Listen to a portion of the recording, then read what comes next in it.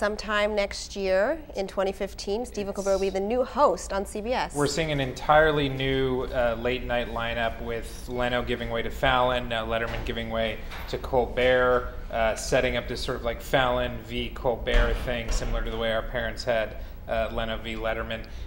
It's really exciting, but I think more than Fallon, it raises the question about what this means for politics, right? Right, because Stephen Colbert really focused on politics. He's known for making fun of politicians, sometimes making them a little bit uncomfortable when they go on his show, and that's really his shtick, is he acts like this big conservative guy on TV, but he's going to be shedding that character for this new show, which really means we don't know what it's going to be like with politicians. And Stephen Colbert is reportedly bringing over his whole staff with him. So we are likely going to be seeing a lot of those same jokes. And I think what's going to be really interesting is how far they take it, because he's right now on Comedy Central. You kind of have that safe bubble of the cable news. It's really late at night. Now he's going to be front on center, broadcast with a much wider audience. So something is definitely going to change, just a question of how much. Especially at CBS News, or at CBS, because CBS's news division prides itself on being a very serious journalistic organization.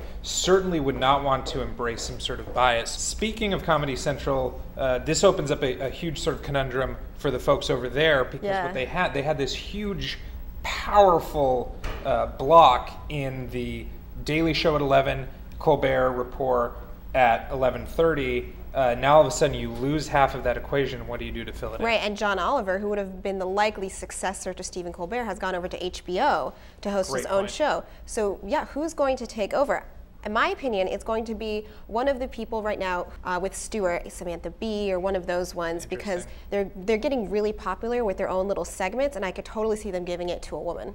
Saving grace for Jon Stewart here, no matter what, is that you can watch his show at 11 and then jump over to Colbert or Fallon or Kimmel, or take whatever you like at 11:30. But if I'm in Fallon or Kimmel's shoes, I'm certainly worried about losing some of the younger audience, especially to CBS now.